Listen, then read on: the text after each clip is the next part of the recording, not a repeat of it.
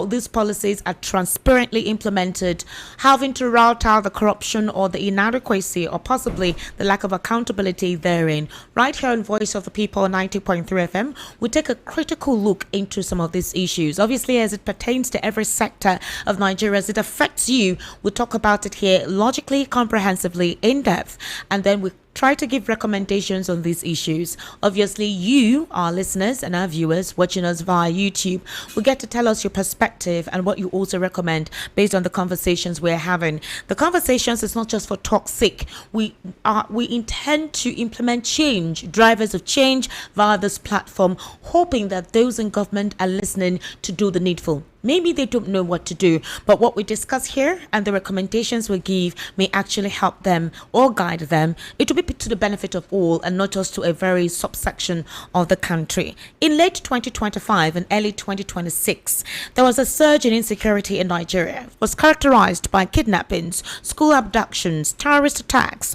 partly attributed by some Nigerian government officials and analysts to the rhetoric and threats of military action made by the US.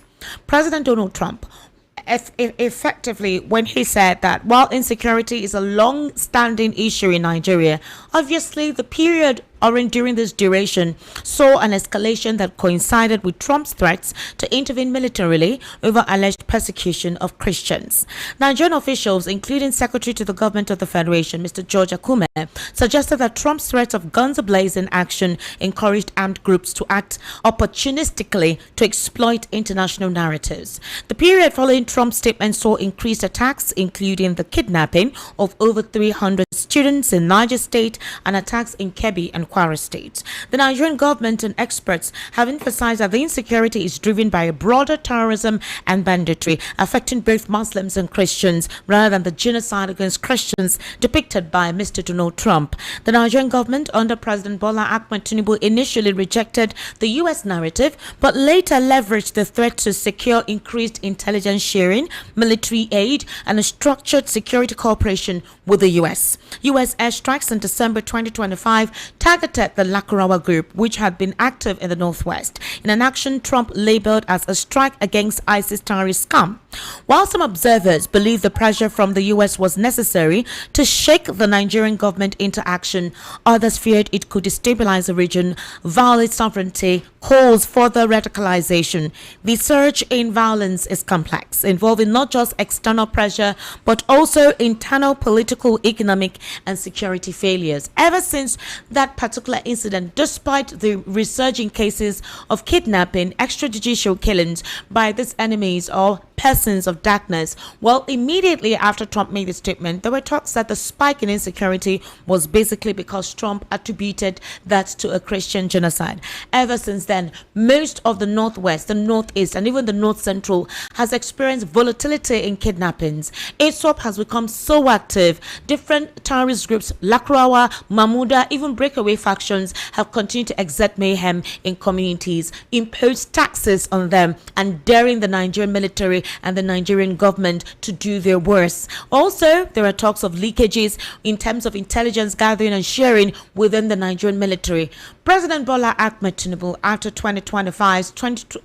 December 25, 2025 onslaught in Sokoto, actually came to Lagos. From there, he traveled out of the country during that period when children were actually abducted in one of the secondary schools, I think in the north or in Kebbi State, where he sent a press release, or rather an order through the Minister or Special Advisor on Information and Strategy, asking that the Nigerian military should do something by ensuring that those students are brought back home. That's not the only time the president actually sent a press statement or an information to the minister, or rather the Special Advisor on Information and Strategy. When an army military base was heavily attacked and there were several casualties, the president was not in the country, but he also sent a statement by saying that there should be a serious military crackdown on those individuals. When obviously Kwara State became another haven of these individuals, the president said that the chief of army staff must go there with a battalion to ensure they eviscerate those individuals. From there, we had reports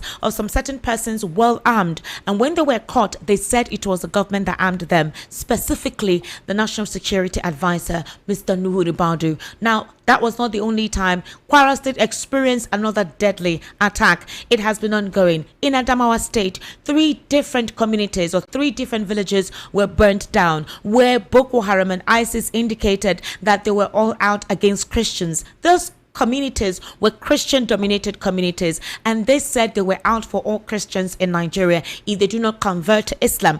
If they refuse to convert to Islam, they will have to pay a tax. And if they refuse to do any of that, they will definitely do what they know how to do. Obviously, these threats have come with action as they continue their mayhem in several communities. The Nigerian military base have been taking the heat lately. We have been hearing of reports and attacks on several bases. Just last week, Friday, about 40 military men were killed by Boko Haram.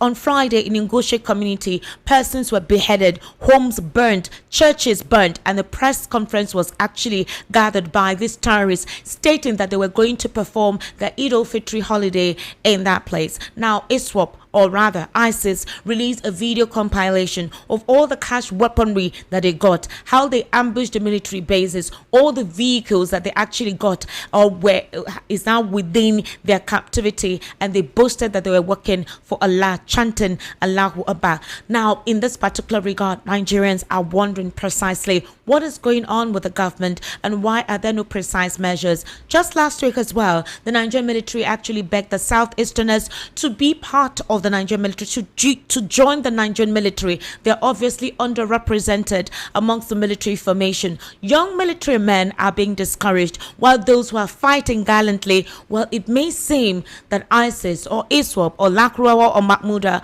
are really coming on with a propaganda to make it feel like the Nigerian military is not doing enough. Barrister Darlington Agumor, good evening, and thank you for joining me on the Evening Rush today.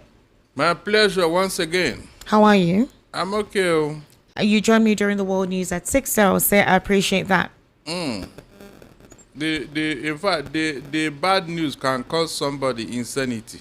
Well, at this point in time, we shouldn't let it get very close to home. It is worrisome. Something needs to be done as soon as possible. Now let's go straight to the conversation. Islamic cleric, security commentator Sheikh Ahmed Gumi is urging the federal government to reconsider its heavy spending on military operations and instead explore dialogue with armed groups operating across the country. The cleric said lasting peace cannot be achieved through force alone. According to him, negotiations remain the most practical path to resolving Nigeria's worsening security crisis. In this regard as well, he has said he can actually help the Nigerian government if only groups which he put in the same bracket as terrorists, IPOB, bandits and other elements drop their weapons, then he can help them. What does that mean? Esther, that man should stop talking. He is part of this problem. In fact, the federal government should have long arrested him and jailed him. Whenever he wants to come to limelight, he will use this insecurity to clean up his battered image. Every time he has been saying this. Was he not the one who told us that except we negotiate with bandits, that there will be no peace in Nigeria? That we had to listen to him, to them, and then pay them the money they demanded. So after eating the money, what will now happen? Who will eat the money with them? What are they going to do with the money? You can see the mentality of Sheikh Gumi. He doesn't even know anything about terrorism and how they can be curtailed. Instead of this man to say the northern leaders should rehabilitate their children, let them go back to school. He is talking of the federal government. Dialogue with them so that what will happen? No, so that what will happen? So that they will give up condition. Is that not the next thing? You dialogue with the terrorists, and so what happened? After the expiration of the dialogue, what happens? All the ones with dialogue and all the ones with rehabilitated, what came out of it? So nobody should listen to that Sheikh Gumi. Rather, they should interrogate him, his relationship with the terrorists. They should interrogate that man. Every time he wants to talk, he will say something that has to do with bandits, terrorists, and all that. How can you say that IPOB and Boko Haram, they are on the same group? Tell me, the pursuit of IPOB is known to the whole world. That is why nobody has regarded them as a terrorist group. So why do you want to bring IPOB into the group of Boko Haram, ISWAP and bandits? On what ground? This thing that Boko Haram, ISWAP and bandit are doing, does IPOB do the same thing? No, tell me one time in the history of this country that IPOB came out to kidnap people and ask for ransom. Let Shegumi come and tell me when it has happened, either in the southeast or anywhere. Let Shegumi come and tell me when IPOB went into a village and killed everybody for whatever reason. Whatever reason. Let him tell me. Let Shegumi come and tell me when IPOB went to any place outside Igbo land and say, except to become an Igbo man, you're a dead person. And these are things that these other groups are known for. Let Shegumi come and tell me when IPOB was criminalized in any part of the world, apart from Buhari. So how can he mention IPOB in his game plan? He doesn't know what to say. Please let him keep quiet if he doesn't know what to say. The security, specifically in the north, it feels like somehow they are not talking, okay? Because northern Nigeria, as we know it, they currently protested against against Israel and the US. We saw them come out to protest. We've not seen them come out to protest about the insecurity currently ravaging their region. Exactly. So are they in cahoots or in connivance with this nonsense? I want you to listen to this. Let's listen to what this sheikh is saying. Sheikh Malam Bello Murtala Asada. Obviously, he's not happy with this development.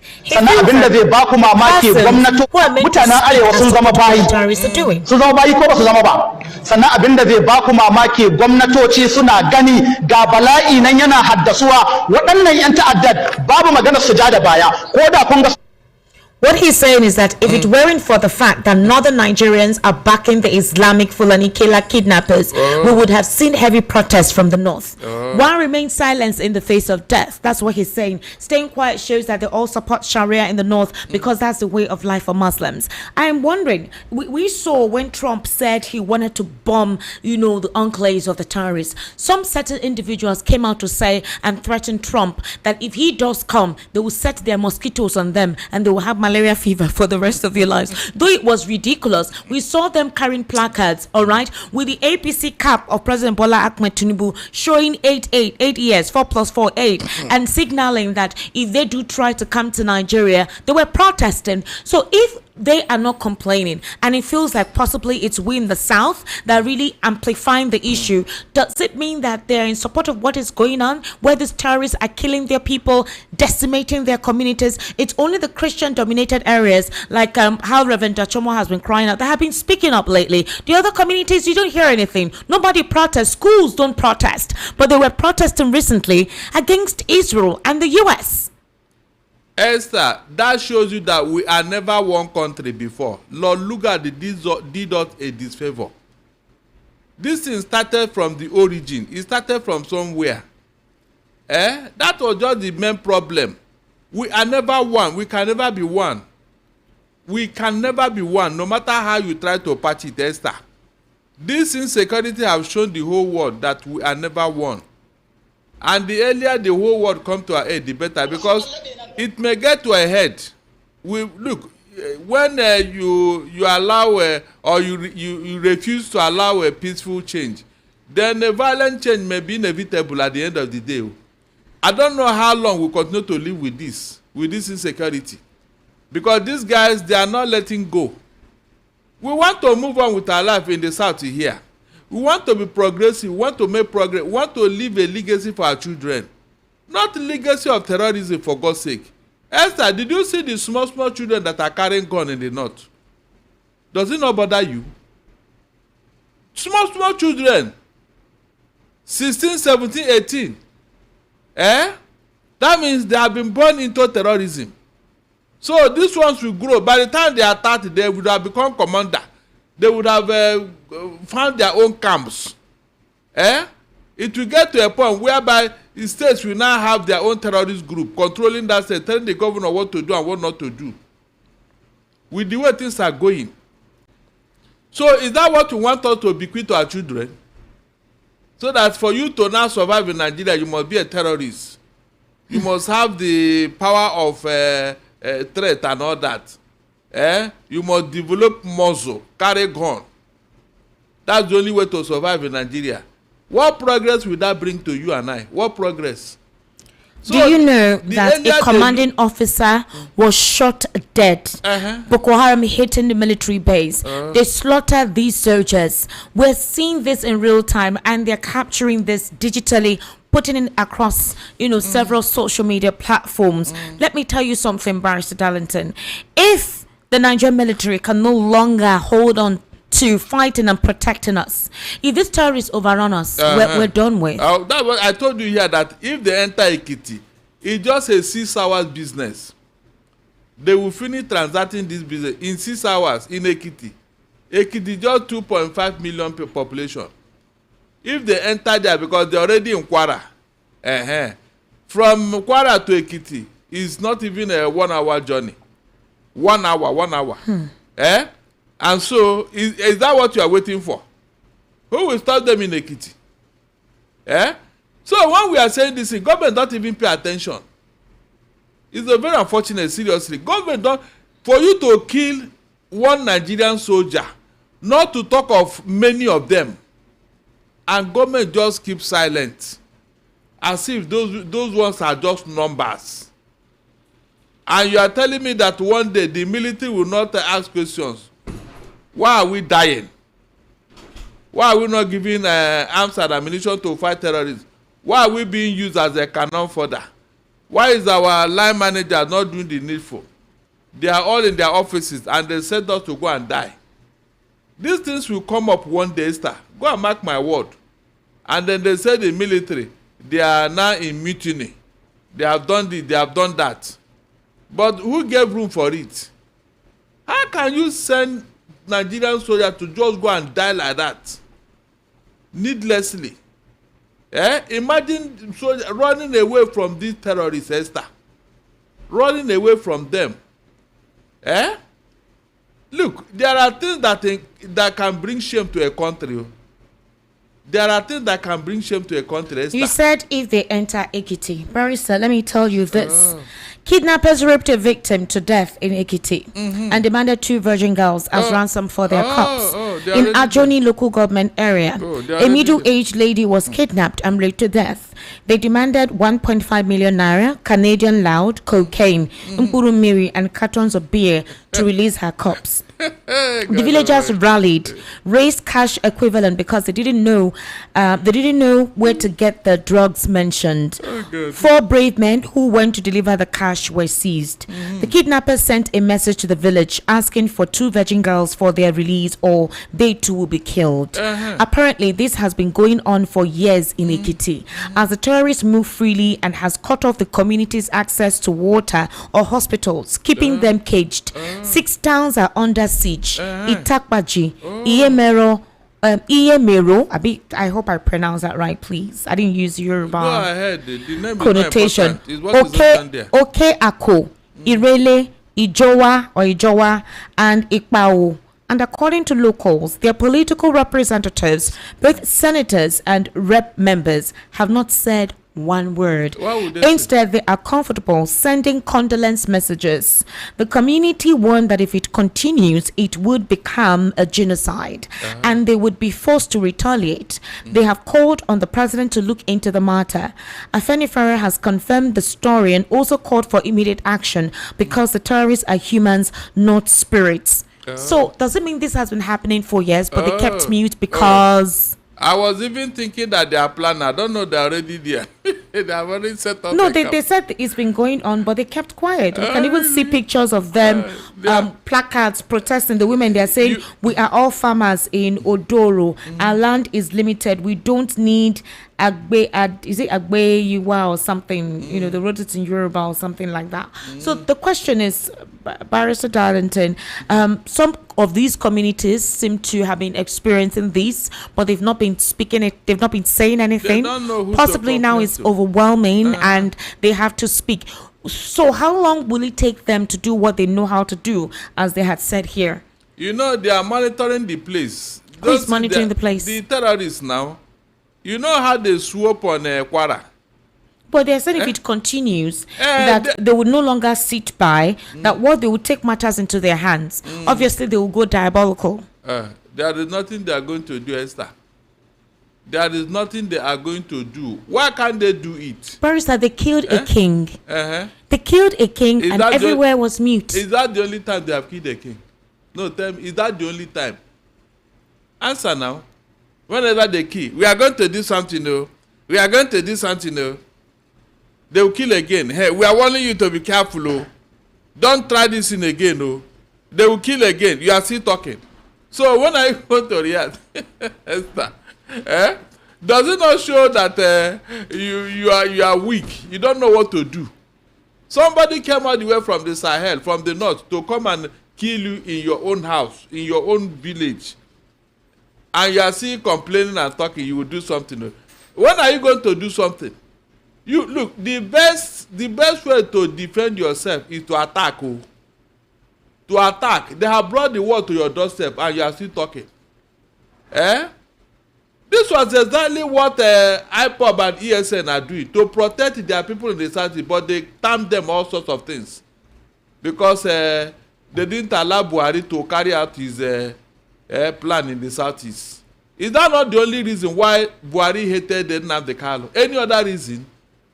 Any other reason? The IPOB, did they do this type of nonsense as to say, yeah, this is why we don't like IPOB? This is why. Yes, all the things the IPOB are doing is known to the whole world. Self-determination. And it's because of this nonsense. That's why they say they want to be on their own. What is wrong with that? These guys that are doing all this, is that what they are pursuing? Is that what they are pursuing? So let nobody join IPOB with this nonsense. That's what I want to advise to Kishegumi. Let him carry his propaganda elsewhere. Look at what your own people, your own children, because you said these bandits are your children. You said it. You've been told that there are good bandits and bad bandits. So but you cannot be able to separate them from us. Darlington, if this is the case, if the political class is exuding apathy, they're not concerned, their children are obviously abroad, they are not here, okay? And if anything happens, they have the money, they have the facility to get out of the country. So it's not their business. The largesse of the nation is at their disposal. Our crude oil, our wealth, the secrets of all our treasury is within their disposal. So they will just take what they want to take and leave us, leave we that do not have the means on our own. So what are Nigerians waiting for? They are waiting for them in this election. No, seriously, this election will determine. In fact, as I've told you here, okay, if Nigerians make that mistake again, they won't like what I will say here. Maybe it's that time that I will fall out with the government. Let me ask you this question. I'm not joking. Do you think any other leader will be exempted from this onslaught currently bedeviling Nigeria? It's Tinubu, yes. If it were a Peter Obi or a Atiku or any one of them there, do you think these killings will be abated? An Obi would have done it the way he did it with Anambra. No, Barrister, you cannot be so certain about that. Okay, let's give him a try. Because he's an Igbo man, he's a southern candidate. You think that he would fight these guys out? These guys that the Tinubu administration supposedly thought they knew. Let's give him a trial first. Do you think Nigerians need someone who will do trials, someone who can be firm and affirmative? Look, if an Obi deploy IPOB and make use of them, this thing will end in 24 hours. IPOB that has been proscribed as a terrorist organization. He cannot proscribe them and make use of them. Don't you think that's one of the reasons why they don't want him to be there? Because they think that's what he would do. So really, the end justifies the means now. This is the reality of the conversation. The means. If you since you have been using your people and they are working against the Nigerian state, why can't he bring somebody who will help him clear the mail like Ihejirika did? Esther, like Ihejirika did. That's what I'm telling you. Is a new Nigeria looking impossible?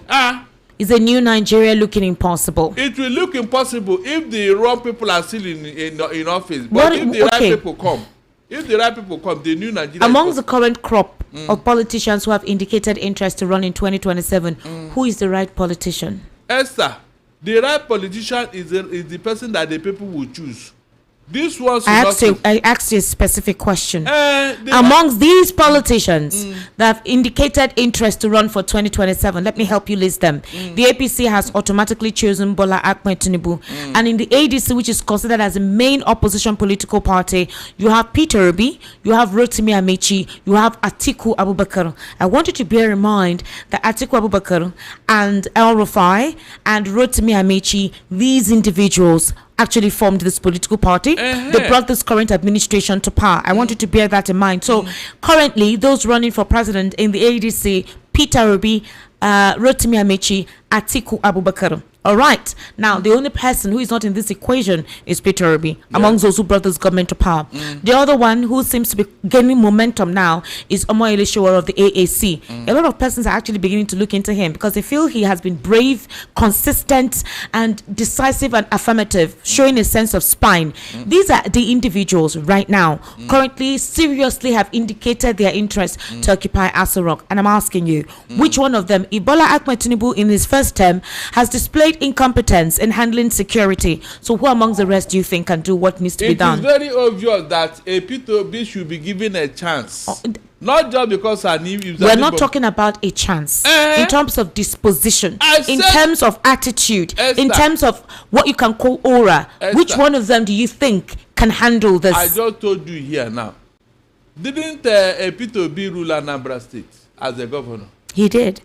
When the other two Mbadunuju and then Gige was there, you saw what the Oba brother did with them. In fact, at a point, they burned down Oka. So you think Peter Obi can handle insecurity better than Tinubu? So you don't think that this caliphate set of persons are trying to destabilize or polarize this country because they feel power must always remain in the north? Let me tell you. Despite the fact that Tinubu is a Muslim. Esther, let me tell you. When Nigerians were looking for a Schwarzenegger, a Rambo, they said yes. What did you say? What? Another Schwarzenegger, that American actor, who's always doing action film. He's a no-nonsense. In fact, he's the nemesis of bad guys. We said that Buhari is a no-nonsense man. He's a former general. He will do this. You know how we praise where they praise the Buhari? Is that not true? How come under Buhari's war things got worse? Have you asked yourself that question? It really got worse. So Tinubu now came. They said master strategy. He knows everything about politics. He's the one who will control the north. He's the one who will do this. He's the one who will do that. Did you know that the reason why the Muslim ticket was picked, the reason why the Muslim ticket was looked into was because, okay, Tinubu is a Muslim. He will appeal to them. Okay. And despite that, it's not working. So that's why I'm telling you that then we should now have a change. Let's look at it from somebody who have shown the willingness to control a rascality in Anambra.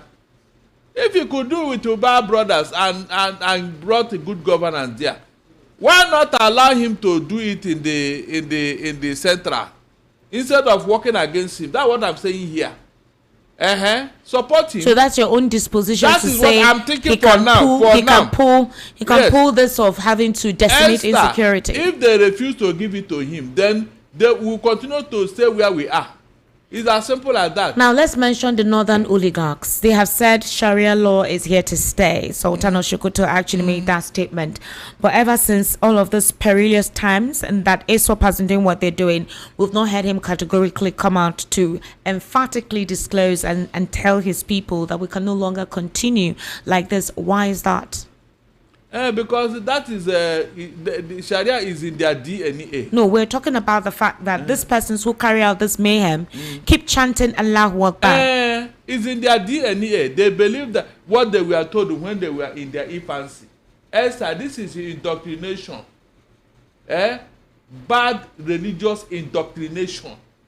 That is what is fueling this thing. And the leaders know that if they don't sustain this propaganda, this deceit, they will not have anybody to fight these their jihadists. That is the only reason why they keep, promoting and grooming these guys to become what they are. Didn't you see what happened when Jonathan was in office? That he built Almajiri schools, 165 of them, the whole north. And in just 1 week, 2 million of them enrolled in that school. Eh? What did the governor of Niger State at that time, Babangida Aliyu? He told Jonathan that what we need is money, not school. To his face. I said, look at. That was where I knew that these guys are up to something. They are not talking of progress. They are talking of what? Disaster. I don't know what they want to gain with this thing. So, I am not surprised, though. It is in their DNA. I don't know how you are going to remove something that is in somebody's DNA, except to allow him to paddle his own canoe. That is just the only reason. Paddle your canoe. Eh? Stay with your insecurity. Stay with your terrorism. Leave us alone. We want to live in peace. Is it too much to ask for? That is the truth here. Look at the way the northern leaders have kept quiet. That is criminal silence over what is going on. I cannot even begin to comprehend it. Esther, criminal silence. And you are telling me that they are sincere. But what they can be pursuing is politics. Remove Amopito, remove our chairman, remove him. He's a Christian. He wrote a letter. In fact, Barrister, 33 minutes ago, Peter Obi wrote a tweet where he was talking about the persecution of the opposition, the recent attack on Rotimi Amici, the continuous incarceration of Mr. El Rufai, right? And if you look at the response, a couple of persons. Okay, let me take for example, Cubana chief priest says, in response to what he said about the attack on Rotimi Amici, he says, "This is really sad. I am not sure you will do better. The Fulani guys will kill your administration. It's better you just let it go. They will ruin you." In other words, he should let it be. Let Tinubu continue. He also says another person came to say, "Funny how Nigerian politicians suddenly discover political thuggery only when it stops favoring them." Others are saying, if democracy is truly under attack, then those responsible must be named and held accountable.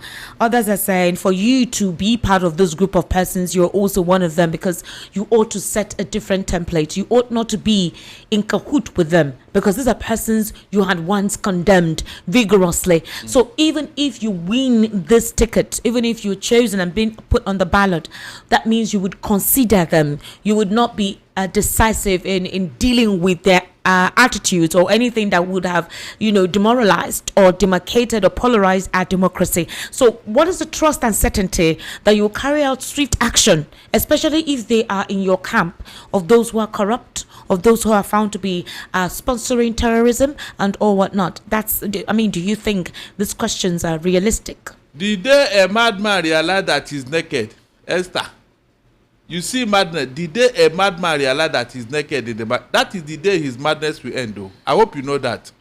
Okay. So when things get to a head, you see this Nigerians that we are criticized, that they will now come to their senses and say, how did we get here? The Yoruba man will no longer care that my brother is in office. The Igbo man will no longer care who is there. The Hausa man will no longer. You will see what will happen that day. These guys that carried that revolution in Russia and France, are they from the same family? No, are they from the same family? But it happened, and it brought what? Good governance in those regions of the world. So I am very, very optimistic. I've always told you that evil does not last forever. Yeah. It will get to a point where people will say, enough is enough. Oh. The man in Enugu will shout. The one in Lagos State will respond. By that time, these evil men will leave town by force. I told you a story here about Anambra after the war. Some guys who took Onitsha hostage. Esther, they took Onitsha hostage. You cannot buy and sell except you come and pay homage. They were extorting people. Boss, we are grumbling. Boss, we are angry. Boss, we are screaming. But they refuse to listen. Esther, I trust my Igbo brothers. One day, these guys in Onitsha gathered and said, Boss Oye. Go and ask anybody about Boss Oye. Boss Oye, and that was it. They cleaned out Onitsha. Look at Otokoto in Imo State. Yeah. Vincent or whatever he's called. He had been reading since the 70s. In fact, a TV station used to use that Otokoto Hotel for a program. Every Sunday evening, they will go and listen to it. They don't know what that man is. He's just using that hotel as a camouflage. Until one day, when they killed an innocent boy, 11-year-old boy. And that was it. That, in fact, the rest became history. Or when the people gathered, they burned down the house and chased these guys out. They chased them out of town. Their businesses burned down. That was 23rd of November 1996 under Abacha. So evil doesn't last forever. I said in those days, on 2 occasions when I was coming out from the airport, there'll be hold up. I'll ask the driver, come, what is keeping this? They say it's Obidiozo. That is Otokoto's son. Whenever he's moving along that Douglas Abiwedra road, Esther, no car will pass him. He will be moving like a snail on the road. Meanwhile, the front is very free. Cars will be running at his back to cross. He will just bring out the gun and, warn you. He will bring out gun from his steering wheel and warn you not to try to overtake him. Esther, what this guy did, but one day, Esther, did it not come to an end? Did it not come to an end? Barrister, do you know that today, can you mention that you are from Otokoto family? To travel to the north by road, you literally have your heart in your mouth and praying. The last time I traveled to the north was in 2015. 2015, that was the last time. I think I was having during my leave, and I decided to go visit some of my friends. That was the last time. Even at that, there were reports of insecurity. But all through my stay, I didn't experience anything. I can't think of having to travel there right now. Yeah. To go I'm not even talking about Kaduna maybe or that anything. man, that Abdullahi may be waiting for you. Which Abdullahi? The man that wanted to take you to that tree and then. Oh my God! You're referring to in the Just Crisis. Eh? You're referring to Just Crisis. That man that wanted to bring that Barrister, that's not the case. I have friends there whom I go visit. Tell them to visit you here. That is not obviously they no, most of them have where you school you must have met friends there. Their family members alternate between here and the US. But the thing is this, Barrister, what I'm trying to say is I can't think of going to visit anymore. I can't think of visiting places where the food I grew up with there, I can't have it. I can't eat it. So my question is, Nigeria seems polarized because of insecurity. You can't travel from one place to the other. Those who do so, who even attempt to, God knows the kind of stuff they put on themselves, to travel. In that regard, let's take a listen to this very quickly. 11,000 people were killed in conflict in Nigeria in 2025. That is up from 8,700 in 2023. That is a 26% increase in the number of Nigerians killed since your party and your president came to office. That's a pretty awful record. It's awful. Terrorism is a global phenomenon. Agreed. And so every country is involved in it. But it's getting worse in Nigeria, that's the problem. I can't say it is getting worse. You just agreed with me when I gave you the numbers. No, I said 8,700 killed in 2023, right. 11,000 killed in 2025. That's getting worse. How many people were killed in the United States last year? In conflict-related violence.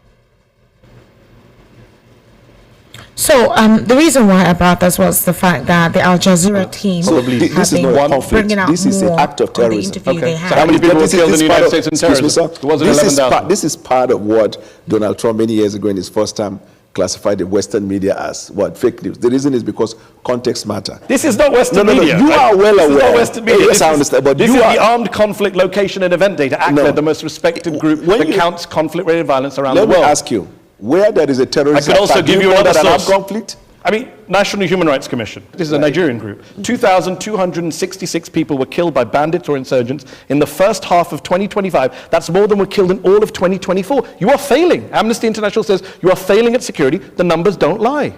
It's unfortunate, and as a government, and it's getting worse. We're working day and night and it's to getting worse. That situation. I don't agree to the fact that it's getting worse. How can it not get worse if more people die in 1 year than the previous?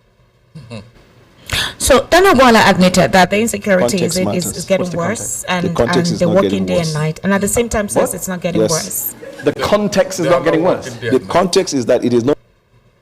I don't know if you understand what I'm saying. Yes. He tried to attribute the information on fake news, then later said that it's indeed getting worse, and that they're working day and night, and then later says it's not worse, it's not getting worse. So is it possible that the reality of what is on ground is not being known by our political oligarchs, especially those at the top echelon of the hierarchy? Is it possible for Daniel Bola to have sat down there comfortably to say that insecurity has not gotten worse? I understand it's his job to speak on behalf of the government of the day and possibly put a positive light on the activities of the government, but to say in one breath that it's getting worse indeed and they're working hard to verify the situation, or make sure it's curbed, then in the same breath you say no, it's not getting worse, and that everything happens in context. Esther, how do you expect a government to accept that they have failed, Esther? Why can't you accept you have failed, barrister? What they swore to do to protect life and property, the very thing they swore to do, Esther. How can you expect them to come and say, we are sorry, we have failed this? Barrister Darlington, are you telling me that President Bola Ahmed Tinubu decides to address Nigerians now and say, Nigerians, we have gotten at a crossroad. We need to work together to save this nation. We need your help. Good. Just hold on. We need your help. We have our strategies. We're working hard. But right now, we need to do more. We need you to help us. We need your morale. We need your prayers. We need you to join the army. We need to override these guys, and we're calling them out. If the president puts aside politics and the supposed need to present the APC as a party that requires the major support of the North, I don't understand how you require the major support of certain regions when you can see what is currently going on. If you call out these terrorists and say, my Nigerian people, please, let's put aside our differences, our hate, our different ethnic groups. We're one in Nigeria. Are you saying that Nigerians wouldn't work together to achieve that peace in this country, to help? Because we have heard that in most of these communities, these guys do what they do. They have informants. The indigenes in that locality are informants.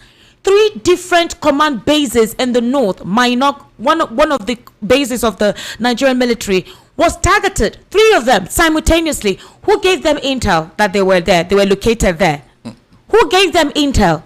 Are you telling me that the Nigerian military that once fought against apartheid in South Africa, that was part of ECOMOG, has become a ridicule? Has become a shadow of itself?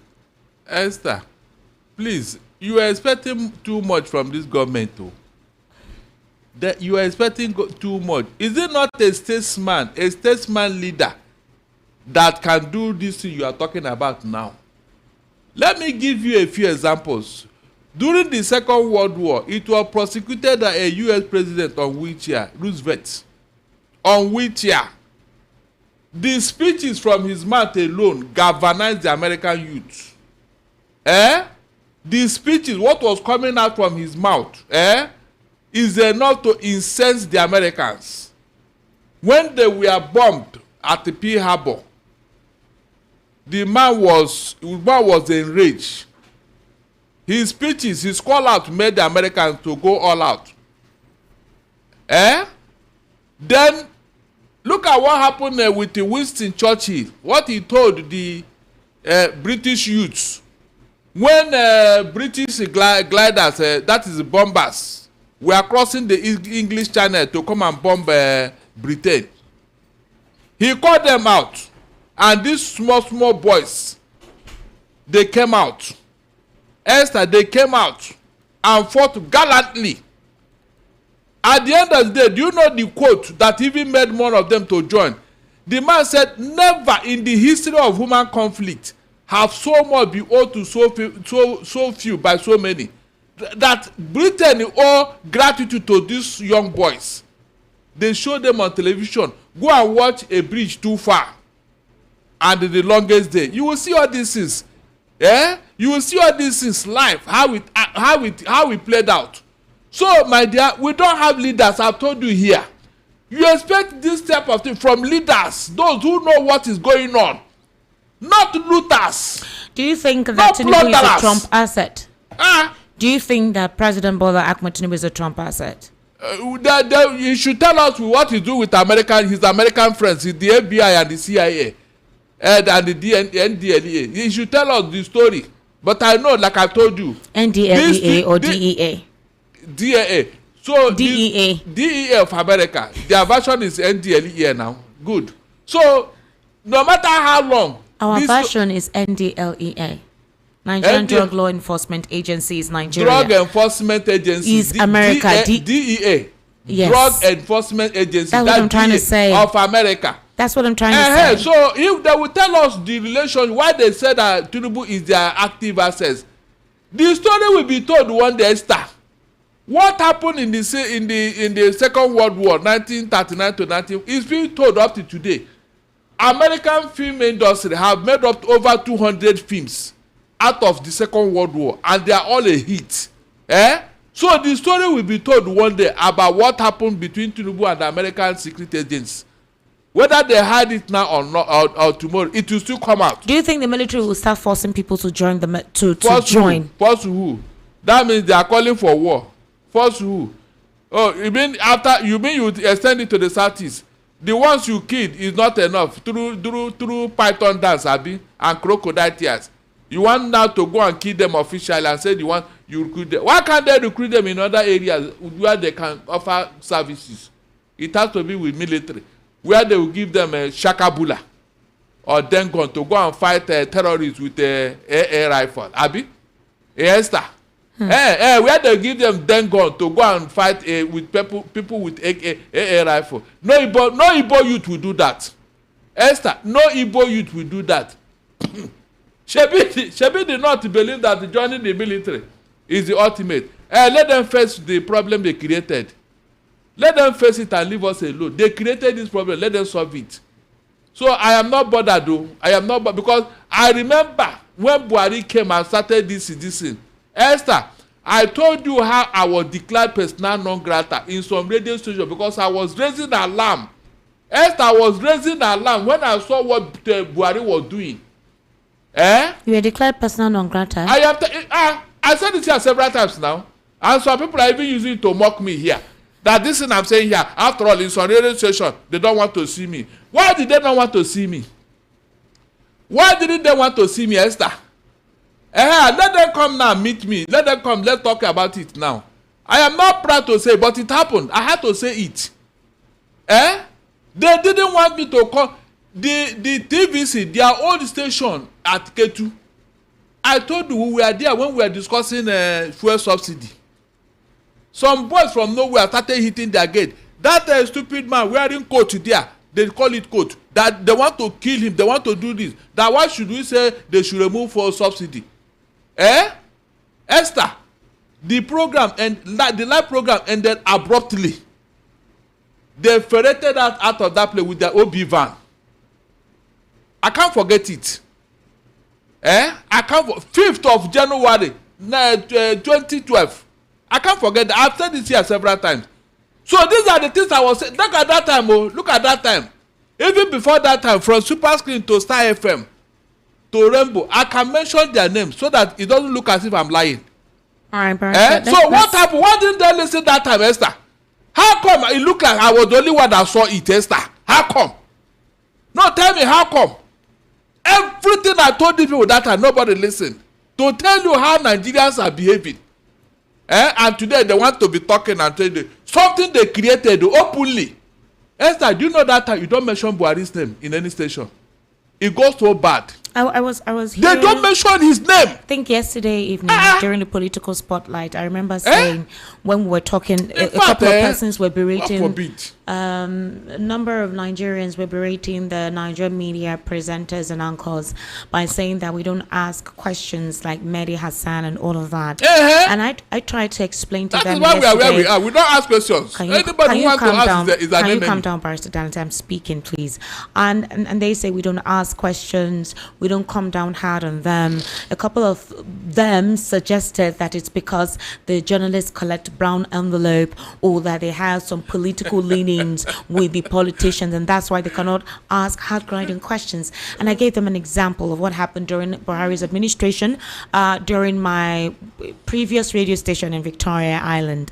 I remember then my head of news just gave us a news, during the world news at 6 production, where it was even channels that reported that news about Nnamdi Kanu and IPOP. There was no analysis, there was no insert, there was no audio. It was just a report of a recent activity, which obviously Channels Television had reported. It was across all major media outlets. Sometimes when you try to reach out to these government officials at the time, they would not even respond to you concerning a developing story. And we read it. And the next thing, we were told by the NBC, a meeting was set up about a fine of 5 million naira.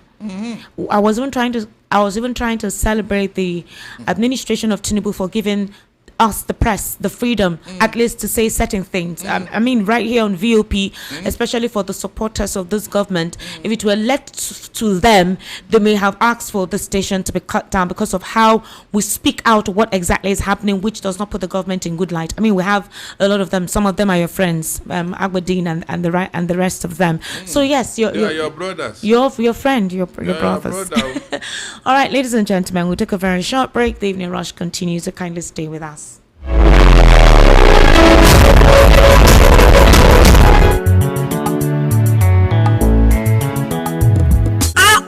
House dey dark and NEPA bill dey choke. E dey worry you as e dey affect your business. So no turn don come. Imagine say you wake up for morning, light no shake, fridge don block, business no get wahala, everything dey okay. No be dream o. With Yohaku, na you dey control your light. Yohaku dey sell gas cooker, freezer, fridge, and dem go furnish you with modern kitchen o. Whether na inverter, batteries, panels, smart street lights, na solar AC system wey you wan use for house, business, abi for industrial work, Yohaku stand chim to help you. Bye to NEPA bill o. No wait till transformer go spoil again o. Oya run call Yohaku for 070-121-30260 or 080-324-82573, or you fit to call 080-669-60066. For Lagos, we dey for shop F1179 Industrial Section, Ojo Alaba International Market, or shop G6 Electronic Section, Alaba International Market, Headline, Ute Ubochi Plaza, Abuja office na Corporate 13, Dubai International Market, back of Games Village, Karu District for Abuja. For Port Harcourt, we dey for number 51, Oporo Road, Eziowa Elite Trade Center for Rivers State. Yohaku website na www.yohakuproducts.com. Online store na www.yohakustore.com. Yohaku, from sun to earth, we dey make your mind dey cool.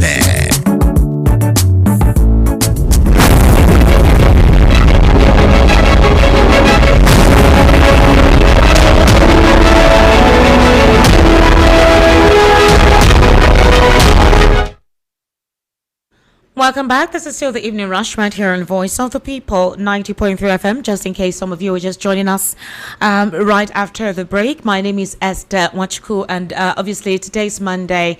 I have Darlington Agumo right here in the studio. We're also streaming live on YouTube at VOP 903 FM for you to virtually be part of the conversation anywhere you are in the world, so you can join us live. Very accurate, very true. Today the network is kind of good, it's smooth. Now, Barrister, while we're discussing all of these issues, let's look at the preparedness of political parties.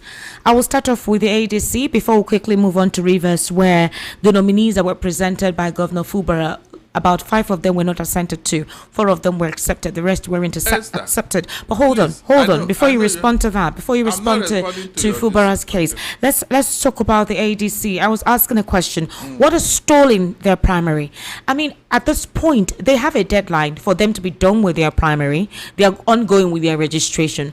I was on a space yesterday where Aisha Yusufu was addressing, the ADC members, now that they're all together, both the Articulates, the Amici Lights, the Obedience, and everyone.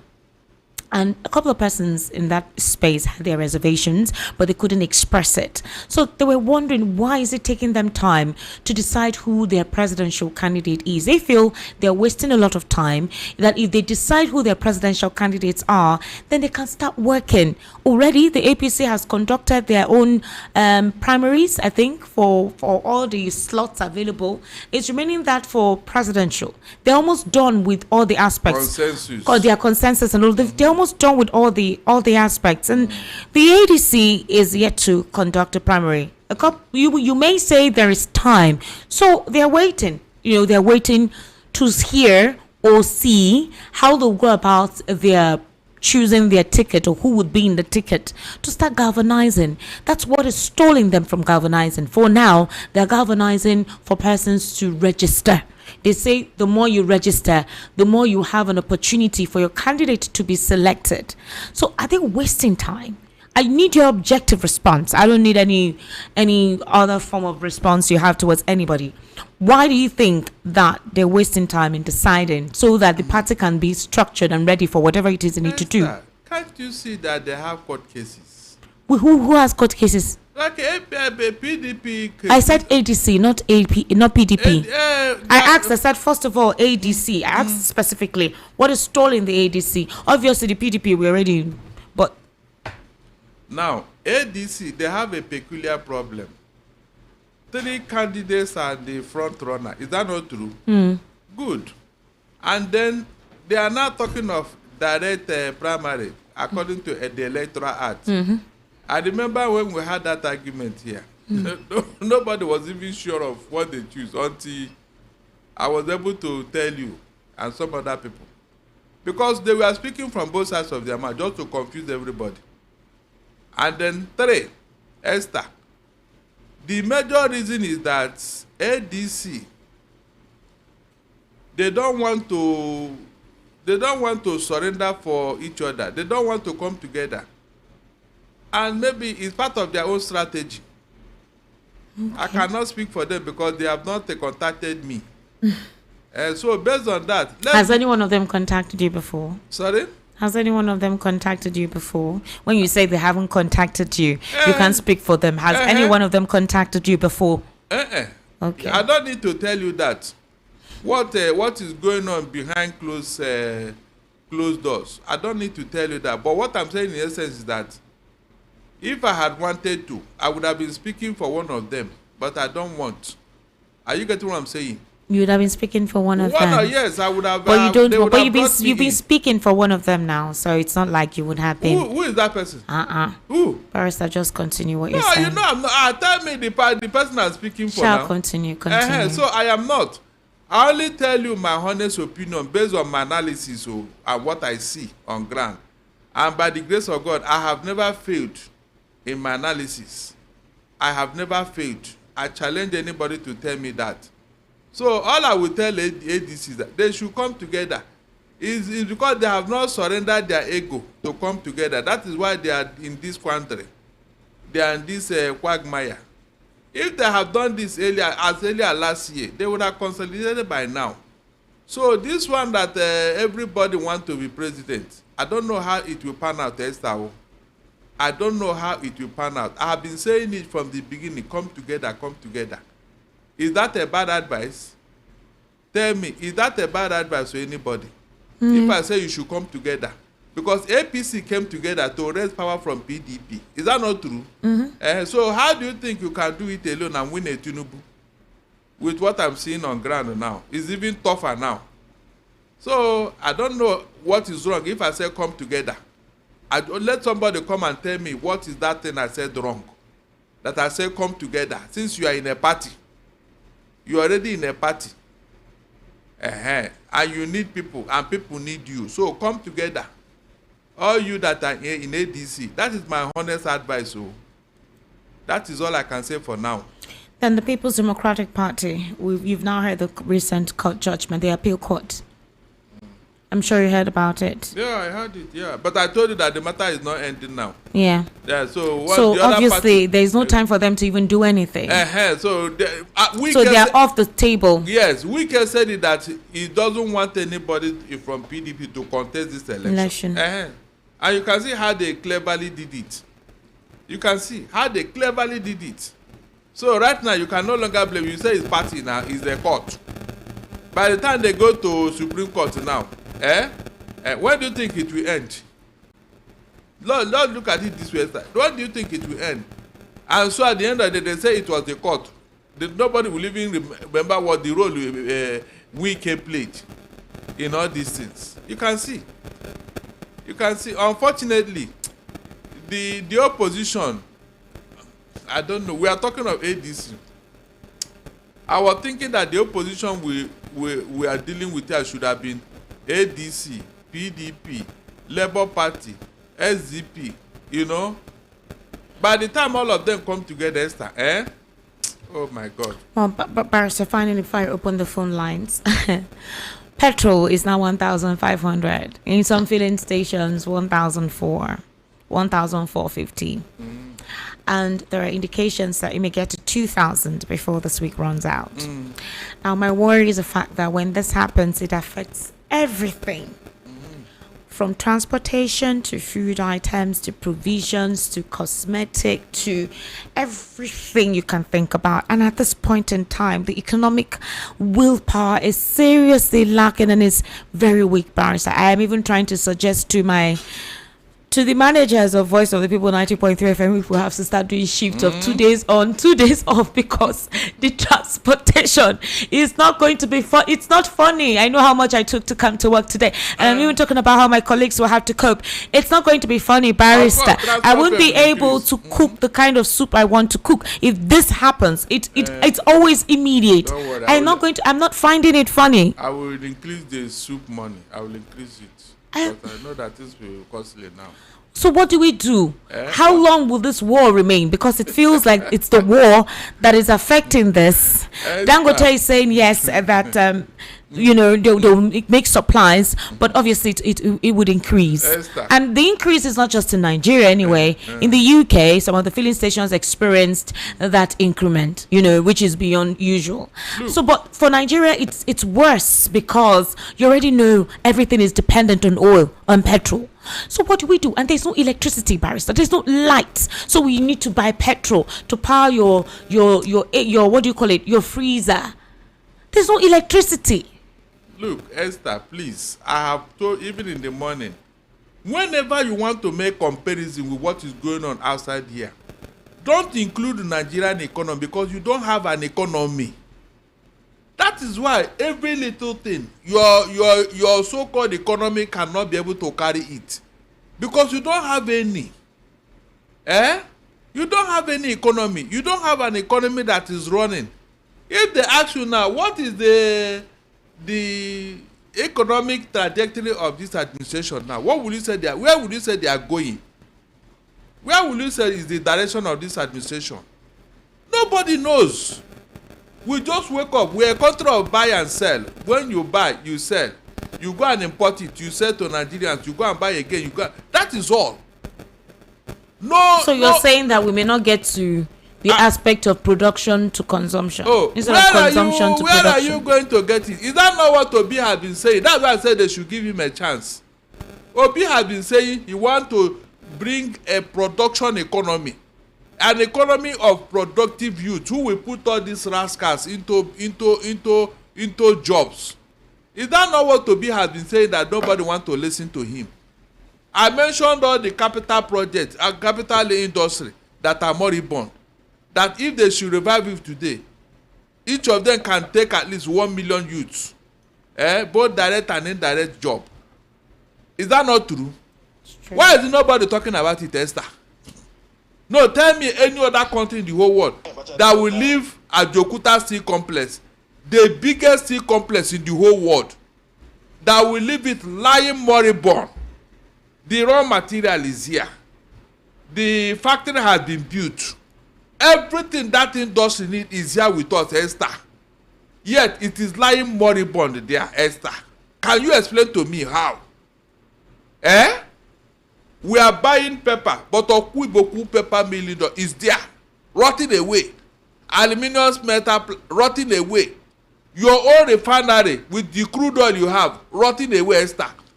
Please, when you see all these things, that are lying moribund. Can you claim that you have an economy, Esther? No, answer me. You can see. Economy is your ability and capacity to produce. That is why America is where it is today. All your telecom facility, where do you get it from? It is actually China, in fact America. Your ISPs, is it not America? When it comes to information technology gadget, call America. They are there. When it comes to producing all these war machines, call America. Production, productive economy. Do you have any? So when you don't have any, why are you always talking that which economy? Let somebody call now and dispute me. We don't have any. That is why when small thing happen like this, Nigeria will feel the shock.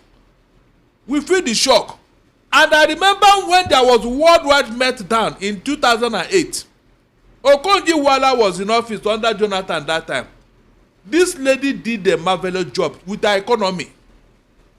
It goes so good for us that Americans and the UK financial experts came here to ask Okonjo-Iweala, how did you do this in that Nigeria did not feel this impact?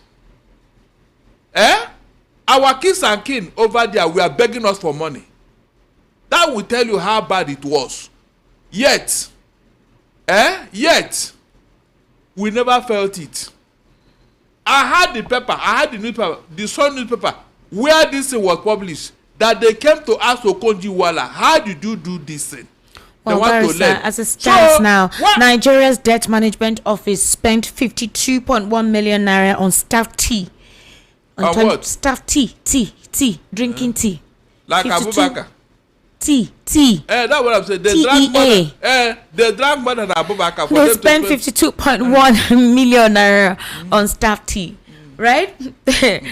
That's not the only thing. Apparently, the terrorists have kidnapped an Ondo local council development area, that is chairman, secretary, with two others in Akure, near the Akure airport. That's why the residents were panicking when those terrorists came shooting and they kidnapped. A lot is happening. The internal crisis in the People's Democratic Party, people airing their linen, their dirty linen in public, while the APC feels they are confident that all of these are distractions on their political strategy making to coast into 2027. And while the opposition grapples with whatever trap that has been placed, either through the judiciary, through INEC with the Electoral Act, and every other factor. Nigerians, let's get a listen from you based on what we have discussed today. And we need to take your responses right about now. The number to call is 080-3692-9933, 080-3692-9933. The WhatsApp number is 0817-1756-338, 0817-1756-338. That's the WhatsApp number. Hello, good evening. Good evening. Good evening, Uncle. How are you, sir? I'm fine, sir. My name is Peter. Peter, welcome. Yeah, that is sir. Well done, my Peter. How are you? Fine, sir. Happy New Year, sir. It's been a while that I've got. Same to you. You see, I want to talk to ancestor first. Ancestor, if you went by Daddy is calling you an APC woman now, you'll be angry. You'll be very, very angry. On Friday, your Mr. What this man was telling you that that the man that is the president is not his president. You were still claiming that is our president. He is our president. Instead of you to say it's your own president, you say it's our president. He's ruling over you now. I'm telling you. Are you not in this country? You are by what he says. The 1% tax on the informal sector. So mechanics, traders, every one of them will pay 1% tax. So you too, you will pay none. What all of us are saying that the man that is sitting in office is not our president. Don't say he's our president. Okay. Stop it. Okay, we are. That's what the pain and the anger starts from. Because It's like you are not feeling what is happening. Is it not me that is lamenting to you here? That's what okay, now, okay, let me ask you. If I let me forget all this, let me go to my question. What I want to ask that from the beginning, when we start from 1960, when this presidency started, I don't know when it started. Please, we made that rule that anybody that become a president must have a second term, whether it's bad or whether he's doing well or he's not doing well. We made that rule. And why? There's no rule like that. There's no rule like that. So why is it that because Obasanjo finished second term, so Jonathan said you did finish second term, at least you did stay long than the late Yar'Adua, that even Buhari that finished 8th term, and everybody is saying that if everybody can be patient for Buhari that finished 8th term, why can't all of us be patient for Tinubu to finish 8th term? The problem is the reason why all these things are getting worse is because from the beginning when these things started, there was no action. There was no serious take. Now the thing has gotten to everywhere now. Now, where do you want us to start from? Even the terrorists now are even coming more stronger than the army. Where do you want to start? Where do you want to start from? At least how many village has been taken now? Despite everything that we gave these terrorists, yet they are still doing what they are doing. And you mentioned one thing about one man, about Gumi. I've heard about him, and this is not the first time. When he said that there was one video that he said that there is nothing like bandit because that name does not exist. Do you know the video? There was one video that he said that there is nothing like bandit because that name does not exist in the Bible. So and he even said that nobody can touch you for going to talk to the terrorists. But it is Nnamdi Kanu that open his mouth and talk. They say that he did not do though. After him, somebody like this man now that they are putting in, say, you know what? Enough is enough. I think what to say again is too much. Peter, you don't talk about Thank you. Well done. All right. Hello, good evening. How are you? Good evening, Esther. My name is Robert from our cover. Can you turn down the volume of your radio? You know what? My radio is done already. It's not on. Go ahead then. Yes, Esther. I don't know if you saw a video online that some kids put on a military uniform. I think in the north. Yes. I saw that. It's small children. Yes. Yeah, they give them it's the like uniform of the dead soldiers. It's not It's like they're training them for this same terrorist way. You can see the reason why some of the part of the north refuse these children, their children to go to school. Yes. You understand? This is the nation. Imagine a child of about 7 to 9 years old being trained to be a terrorist. Then tell me the future of this country. I wonder. Despite the effort of this government to make sure that every home is educated. You understand? Not only this government, even some previous government. Now, I'm a little bit down somehow by stability.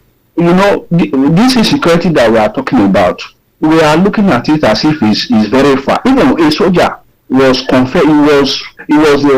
reporting the situation that took place when how many of them were killed. He even said he said his last prayer, a prayer. Yeah, he didn't know how his life was spared. You know, I was just reading the account of that man.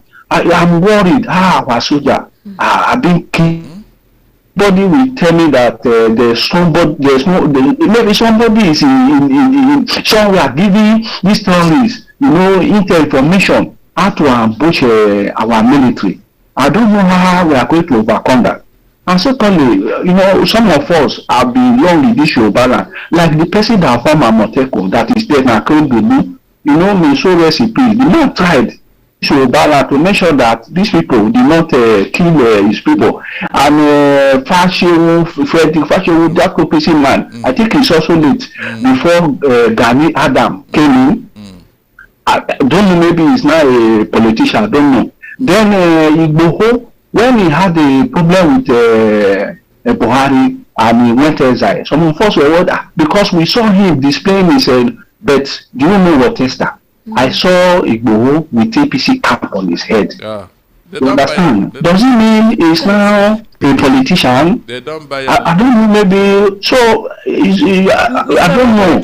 This thing is coming. Everybody is free to be a politician anyway. Exactly. Everybody is free. You can support any political party you want to, but I know what Igboho can do or how to protect his people.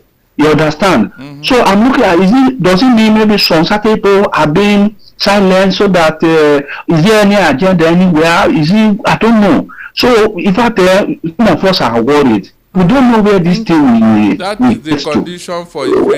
So are we going to continue like this for another 4 years? Don't you think that they will overrun everybody?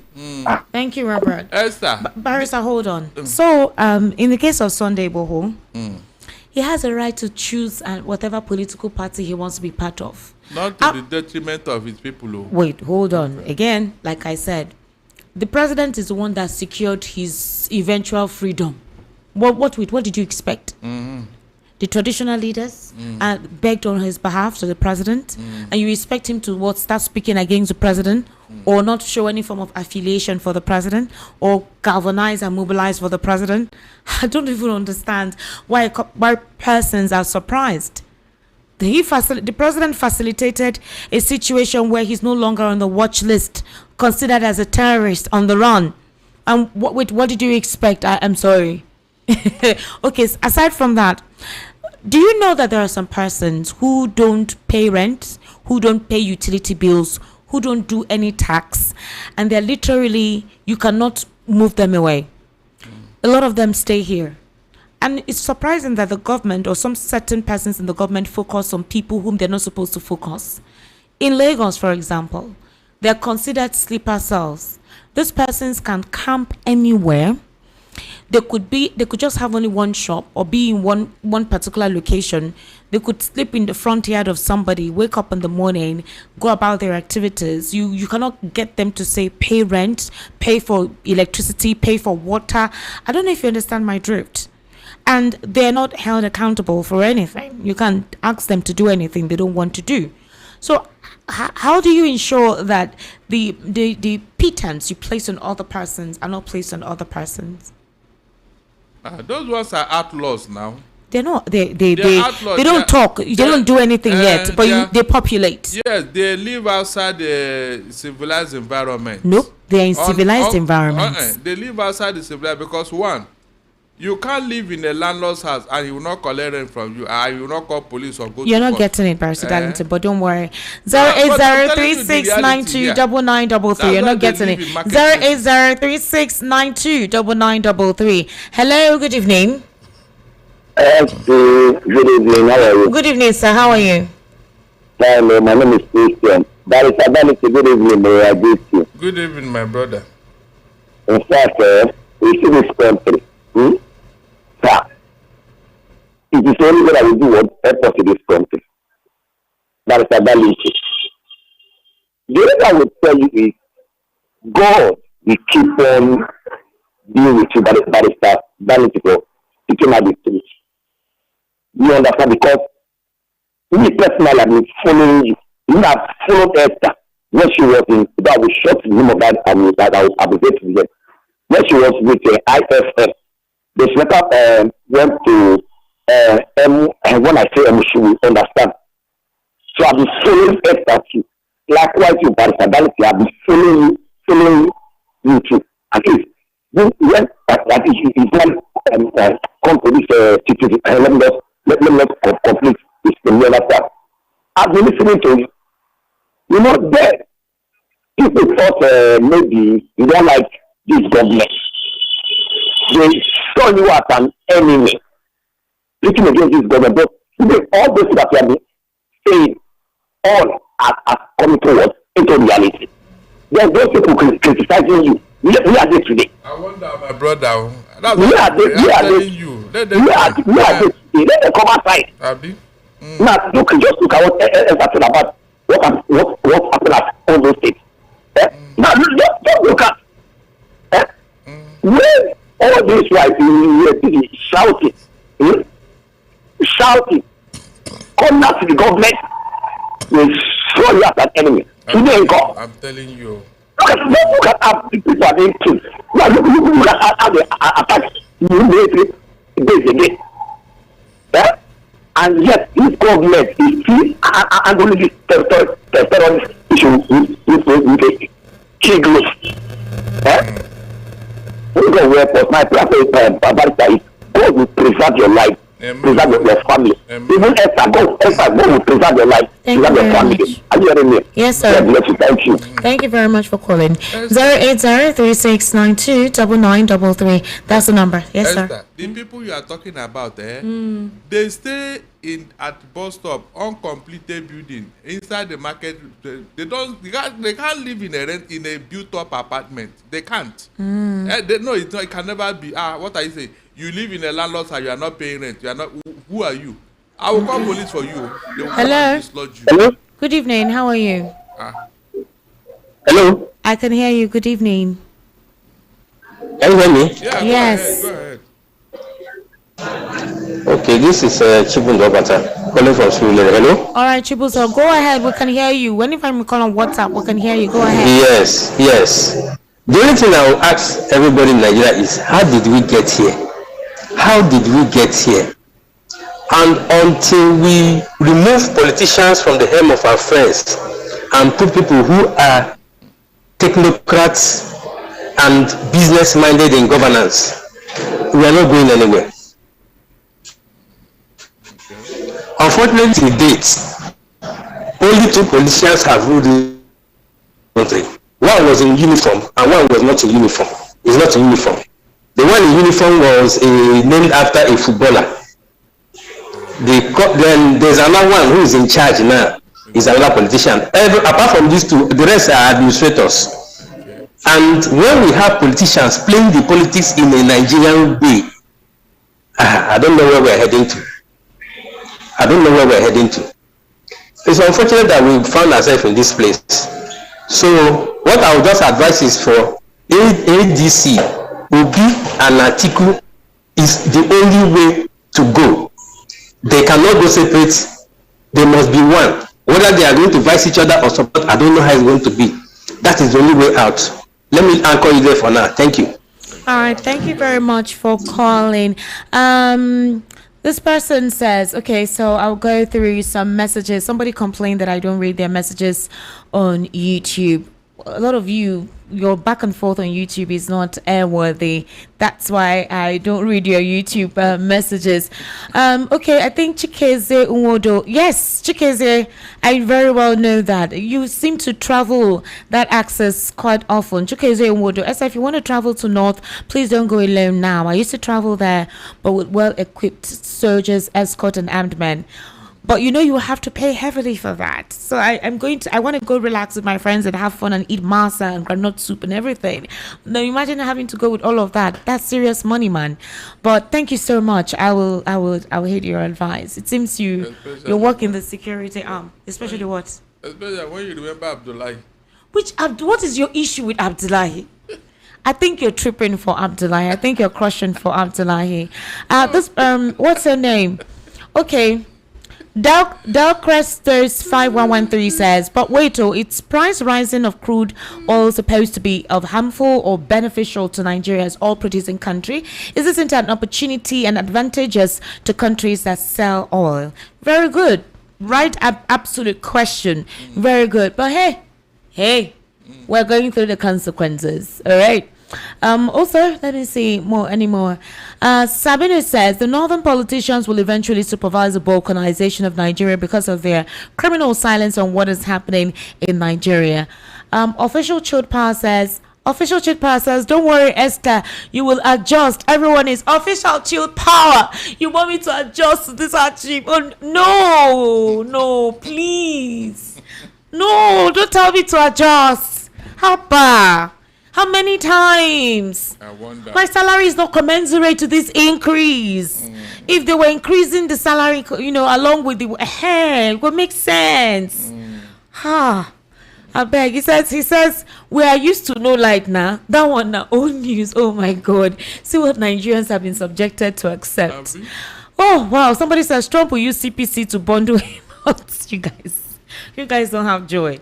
Okay, let me take more calls. Hello, good evening. Good evening, Esther. How are you, sir? I'm fine. Good evening, Barrister. My name is Rashika Obodo. Rashika, welcome, sir.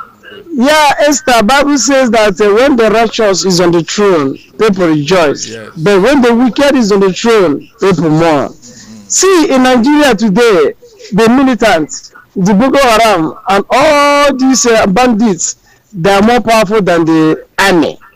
Can you imagine, Esther, in Nigeria, giant of Africa, that a military man will say that he is finding boss to go to his family, meaning that he's resigning from the army, and nobody is saying anything.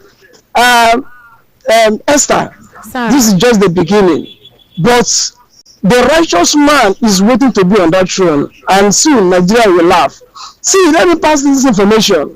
In Oshodi right now, there are many kiosks, so many people will be careful of passing through Oshodi. Through the Oshodi road, via Church Street, via Agunoke, and all these places, it's very dangerous for people to pass. Tonight, even yesterday night, they are fighting everywhere, so people must be careful. God bless you. Hold on. Why? What's going on? Okay, I'm here. Yeah, so what happened? What's going on there? So nobody can attest to what is happening. Just all these Moraria boys, they are saying that it's a street fight. So everybody must be careful. Even this night, wherever you're going tonight, you should be careful. Just be careful. Well, what if you're just passing along? You're not entering anywhere. You're just passing that bridge. Yeah. I don't know. This is 2 weeks ago. It started happening in Oshodi. All these bad boys, whenever the election is coming in, so they use all these things to spare people, so that people will be afraid to come out. But I'm assuring you that God will take control. Thank you for that.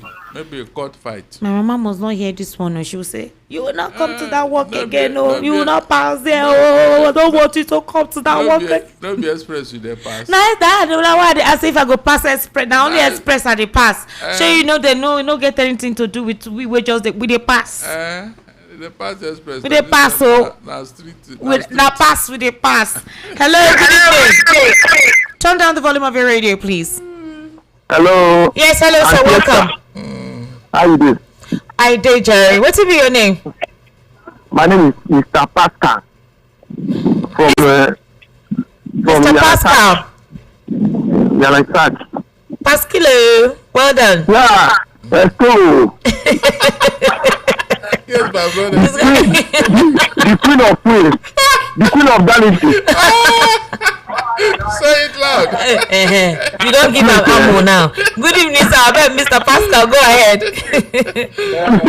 Okay, go ahead, my brother. And Esther, Sir? our side is Jakande local. It's side. Even that what that man say now is happening with even this one now, where they say so one are booking now, they kill her for that Jakande. Jesus. Those are money who need that. They are booking they sell ice cream. Okay. You tell us say you never get money them with. What? Carry that took am. When? They wrong, etc. They say that they get nation now. They are booking no get power. Are you sure of this information, Pascal? Because I beg you. He said the man is here now. Jakande. All the DPO of Kajang, let me call them. Hey, this guy should not do this now. We don't want this kind of chaos here. What's all this now? They say the election na them. Ah, God. But this is not yet election period. What has it got to do with the guy? Pascal has gone off. What has it got to... I mean, elections is just... is in January. Esther. This guy should not start this, and then nobody send a message, Please, Lagos State government, Call these thugs to order. I beg you. Call these thugs to order. There is a union. Don't they have a union and they regulate how they collect money from these guys? By this time of the day, collect money. But how just like that? I said, how bad? No, Esther, we are talking of area boys and Agboro. How did they come here? I grew up in this Lagos in the 70s down to 80s. I never hear of this nonsense until Barrister, you don't just bring out a knife and stab somebody because the person could not give you money for where they are staying to sell. You don't own life. What does it mean? What is that? These are bullies. That is their weapon of strength. You know everyone is suffering. Everybody is managing. These guys are fasting. You don't do this kind of thing. Please, this should be reported to the nearest police station, and whoever the guys along that Jakonde axis who do this thing by collecting money from people, they should all be rounded off and investigated. They have their unit leader, they have their oga and their commander. I don't know what instructions they were given or if they were under the influence. They should be rounded off and taken to the police station, and whoever was responsible should be caught and dealt with. You don't have the autonomy to just bring out a knife and stab some. Over how much? It won't pass 100 or 200 naira they want to collect from the man. Esther, the people that ransack Ekiti State and are asking for virgin, who are they? Terrorists. Are they Yorubas? Are they Yorubas? Okay, but the question is, how does that translate to what just happened here? Oh, somebody does not offend you and person said they don't have money and then you stab them. What happened in Akure got to do with this? Esther, please. No, but what's the connection? The similarity is not there. Are you saying now that they're now stabbing them because of where they come from? Okay, then why did they come to Ekiti and do what they are doing? No, Barrister, you can't say that. You can't. When evil is done, condemn evil. It is left for the government to tackle the insecurity. But in this case, if somebody is standing somewhere idle by and you're asking for money and the person says they don't have, you could tell them, bring it by tomorrow. Not to remove a knife and stab and say it is now we they control the nation. What separates you from the terrorists that you condemn? Esther, if you have bad boys in your own area, we too, we are bad boys here. That is the message. Hello, good evening. That is the message. Hello. Good evening, sir. How are you? Good evening. I'm fine. Sir, your voice is very low. Okay, I'm fine and okay. I'm fine and okay. Yes, I say your voice is very low. Like, can you speak up? Okay, Barrister Darlington. Good evening, sir. Good evening, my brother. Yes, thank you very much. Hello, sir. Thank you. Go ahead. Hello. Hello. Yeah. Auntie, yes, yes, I can hear you now, sir. Good evening. Good evening. Thank you very much. Both of you are doing well. We need good democracy ruling in Nigeria. All these people are not okay. It's not okay. Please, Nigerians are suffering. People are dying. Lord, oh God, forgive us in Nigeria. Please, Pastor Ladington. Brother. Please, I need your number. No problem. Esther will give you. Don't worry. He will take care of it. Please. Don't worry. We'll give it to you. Don't worry. Please. Esther. Nigeria are dying. Do you know? Nigeria are dying. Do you know why this thing is very, very? Thank you very much, sir, for calling. Esther, good night. In the month of Lent and Ramadan, Esther, please, how can I sit down here and believe that you are truly worshiping God? God Almighty. In the month of Ramadan, and you are doing all this in the name of God, Allah Akbar. This is unfortunate, seriously. No. There is something behind all these things, seriously. Please, this guy should not bring that to this place. I beg. It's already here. It's already here. Hello, good evening. Yes, good evening, Esther. Good evening, sir. How are you? Very well, my sister. Good evening, Barrister Darlington. My brother, well done. the now Minister for Truthfulness. I salute you very well, sir. Esther, following your, this is ACN from Amuodofi, by the way. ACN, welcome. I recognize your voice. Thank you for joining us today. Thank you, my dear sister. Following your program tonight, I've actually been very angry, not until you call that man, is it Pascal or what? Pascal. That I just, that I just said in the midst of this anger, let me laugh a little because honestly, I have been very angry following your program tonight. Please, but I actually want to ask my respected elder brother in the studio, Barrister Darlington, a question. And my question is this, sir. When you said we have no economy, do you mean to tell me we have no economy, or is there anything we have at all currently in Nigeria? I gave you examples now. Where is the economy? No, sir. I actually understood what you said, but I want to know. I can tell you that for the past 1 year, there is hardly any day we come on air without hearing news of kidnappers kidnapping somebody in this country. There is hardly any day. Okay, is that what you want me to say, that the only economy so my question is this: what do we have left in this? Is there anything that we have actually? I don't think so, except insecurity. That's the only thing that is the problem. Exactly, sir. Exactly, sir. Yeah, but I do not see anything. Esther just said to me now that somebody used 52 million to drink tea. Yes, so they use it to drink tea. Even Abubakar no reach. But Sir Darlington, even cappuccino, if what they are drinking is cappuccino, I don't think they would have exhausted 1 million in the last 1 year. Talk more of tea, Abubakar tea.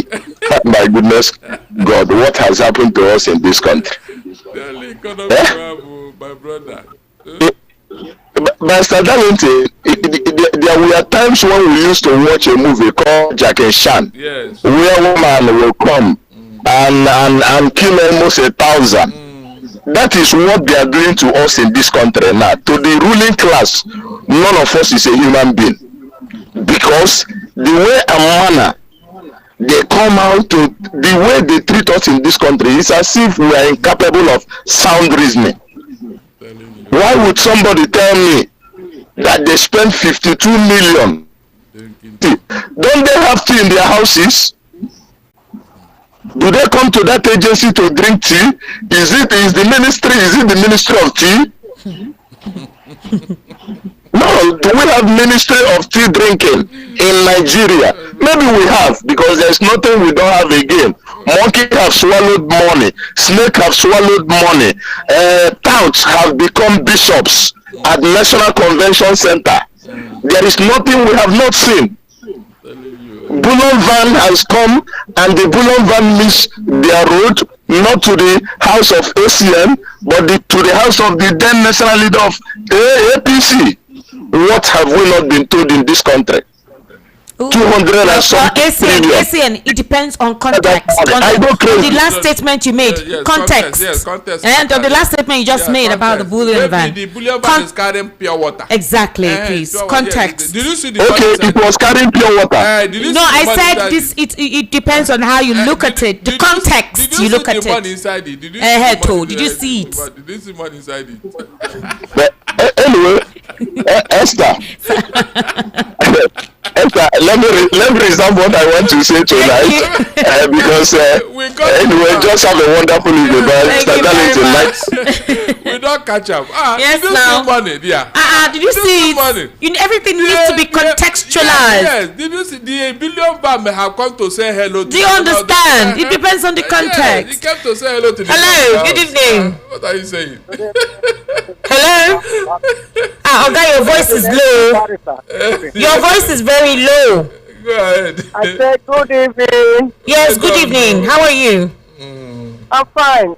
You see, I've been asking one question and nobody has answered me. Sir, what's your name before you ask question? My name is Comrade Inoka. Okay. All right, Comrade. Well done.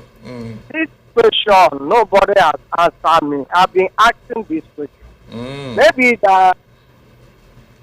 Hello? I thought I'm saying his voice was very faint. The connection has gone off. The question we're supposed to ask. Hello? Good evening. Esther, good evening. Good evening, sir. How are you? Fine. This is Paul from Egbeda. Mr. Paul, you don't say. What happened? Why did you abandon me? No, I traveled. Welcome. I went out to go and cool my brain before I run out. You don't like that. Mr. Darlington, good evening, sir. Yes, well done, my brother. Did you go to St. Lucia or Honolulu? You don't start. Now, Lucia, I went to. These people are very funny. You people don't have joy. Now, Lucia, because in the night I know they sleep again. I have to run to Lucia. Okay, you're welcome back home. I'm back home. Oh my God. So let me tell us how we got to where we are now. And I wouldn't want anybody to see it as if one is being stupid in his explanation. When we trace the problem of Nigeria politically from 1999, Jonathan led us to where we are today. If there was no Jonathan, there wouldn't be any APC. If there was no Jonathan, there wouldn't be any Buhari presidency. If Jonathan had ruled for that 6 years and planned a northerner to take over from him instead of contesting 2015 election, there won't be APC today. So it is President Jonathan that laid the foundation of what we are facing today. But people doesn't want to pick out his fault, that he is the one actually that sowed the seed of the destruction of PDP. No, I know, Barrister, you will say, he fulfilled 2 years of Yaradua. Then he ruled another 4 years, making it 6 years. Why did he not obey the gentleman's agreement in PDP rules and regulations and prepare a northerner to take over from him? PDP wouldn't have had the problem they have today. But he recontested, and then the North became angry. And that was why they picked up APC to vote for APC. Had Buhari not been contesting election on this one, why did he not win? So he sowed the seed of bringing APC on board. And that is what we are reaping today. And let me tell you, it will be very difficult to remove this power from APC. We need to go extra mile. Nigerians need to indulge in fasting and prayer and night vigils, both in the church and in the mosque, for us to be able to vote out APC. Because with what is going on today, my brother, it is terrible. That's just what I want to say. Good night. It's all right. Esther. All right, yeah, sir. It is not true. What you said about Jonathan is not true. Okay. Buhari has been contesting up to how many times? 3 times before they came together. Is that not true? So was it Jonathan that made him to fail those 3 times? Is you know when the 4th time that Tinubu now had to go and bring him and said that they needed a northerner? Hello, good evening. With influence. Sir. Yes, hold on, sir. Hello? Yeah. Good evening. Sir, good evening. How are you? I'm fine. But I agree. Well done. God will continue to bless and to protect you. Amen. So that all these evil people will have in this country, they will never remember you at all. Any day they will try, their motto no go start. Amen. Amen. Esther. Sir. Don't blame Wala for saying there is no insecurity in Nigeria. The children they are moving with orderly security. All those politicians, they are moving with security. They don't know what is happening because they never kill any of their brother or their sister or their children or their wife or even them. So there's no insecurity in Nigeria. That's true. You understand? So when somebody like that will come out, they continue to protect themselves. I pity Nigerian citizens that our mumu will never stop in this country because of tribalism. It's my brother. Are dying. Okay. Where is Igboho today? Are there any of Igboho brother or sister that we are killing in this para? No, the answer is no. Igboho don't enter. They enjoy his money. The people they are killing, tomorrow they will bring 5,000 to give them to vote. Although the FPC are not trying to count votes, they are not after our vote. They are after rigging, because they know that without rigging they are going nowhere. So, answer please. I want Nigeria, if they will come together. When I was in Libya, my sister, let me tell you one thing. Before you mention Gaddafi name, you look left and right, front and back, before you mention that name. But today, what is Gaddafi? Libya, they unite and face their problem. Do they hear me? Kenya unite. Their politicians, their leaders, they run away. That such a thing cannot happen in this country because we are divided. Please, if Nigeria will come together and take their country by themselves, it will be more better. Another one is Gumi. Not gonna take Gumi, make you know they compare ESN with bandits. There is no way where ESN fat villagers collecting ransom, killing soldiers, burning this and that. Where is the fight us down? What is oppression? Is that our soldiers, our Nigerian soldiers, I pity them. If they want to fight back, let them fight back. If they don't want to, because if we come out for free today to say that we are doing protest, now them they will send to come and shoot us together. What we are fighting for them and for others. You understand? Police will come and they will shoot together. Tomorrow they will kill them in dozens. They will kill them, and when they kill them, higher the investigation is going on. That's the end. Condolence greeting. That's the end. All right, sir. Thank you very much. Thank you for calling. Hello.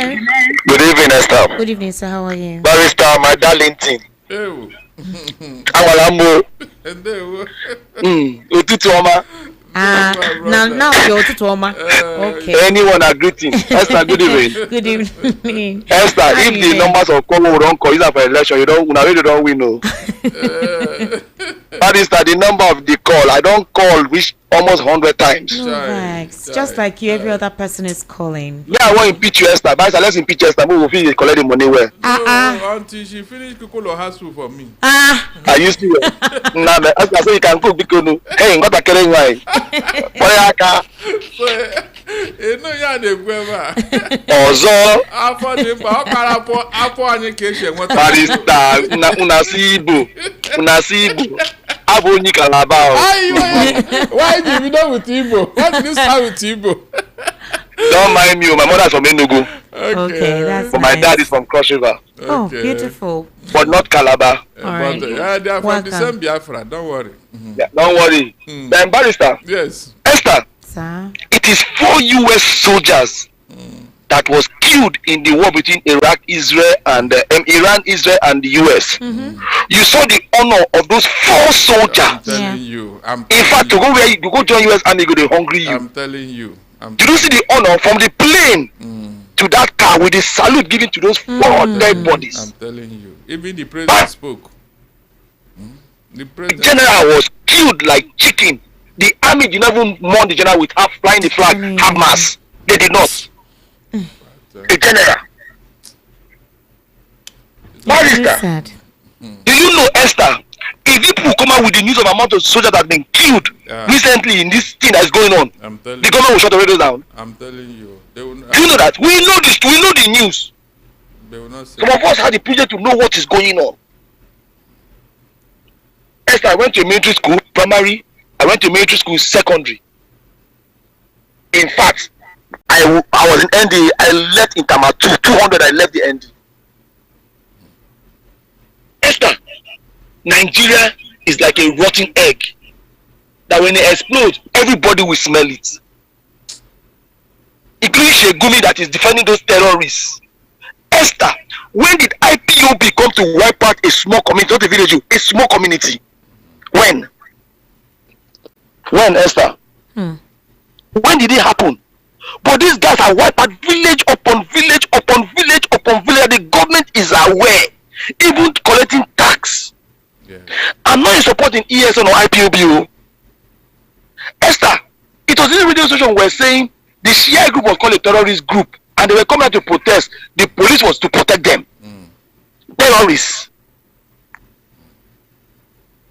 Esther, this president, we said it before, fought for democracy, fought Abacha tooth and nail. This same president fought Jonathan, even organized crowd against subsidy. But the first thing he said, subsidy is gone. Esther, today 25,000 fuel was just 921 point something liters. 25,000 naira fuel today. Esther, let me say this to Nigeria.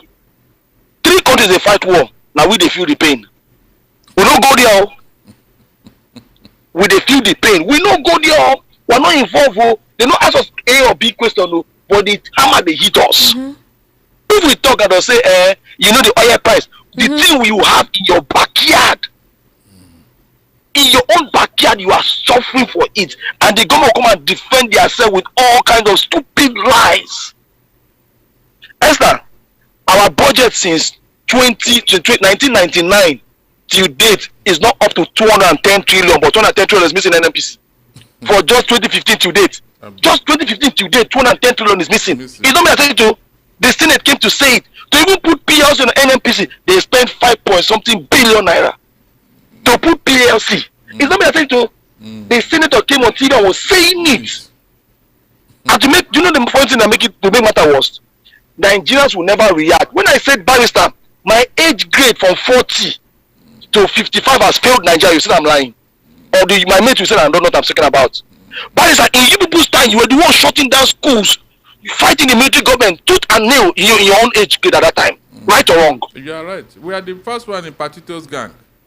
I was in primary school now, barrister. I could remember. How there will be strike, university will go on strike, there will be protests everywhere. It was that young people of 30-something, 40-something to 50-something that were fighting. And they are the people too that got the power and are using it to punish us. Esther, do you know what Nigeria is like? Go back to history. When they brought the blacks from Europe to Liberia, do you know what the blacks did? They started using their own fellow blacks to farm for them. Started doing the same punishment the Europeans gave to them. And that is what we are. The moment you get there, you start using your own brothers as a farmer and slave. But that's what the experience exactly. Barrister, when but the driver is on reverse. Nobody believes me. Till the day we have a driver that will put it on drive. That's when we'll know where we'll go forward or we'll go backward. APC, you better form Voltron. Esther, you know the cartoon called Voltron? I remember Voltron when the 5 lions became one. Exactly. And what happened? There was a serious power tussle. No, when the 5 of the lions becomes 1 lion, they'll become stronger and nobody can break them. Exactly. APC, form Voltron and use a blazing saw and divide. Is it ADC? How do they call them? Thank you very much. Hello, good evening.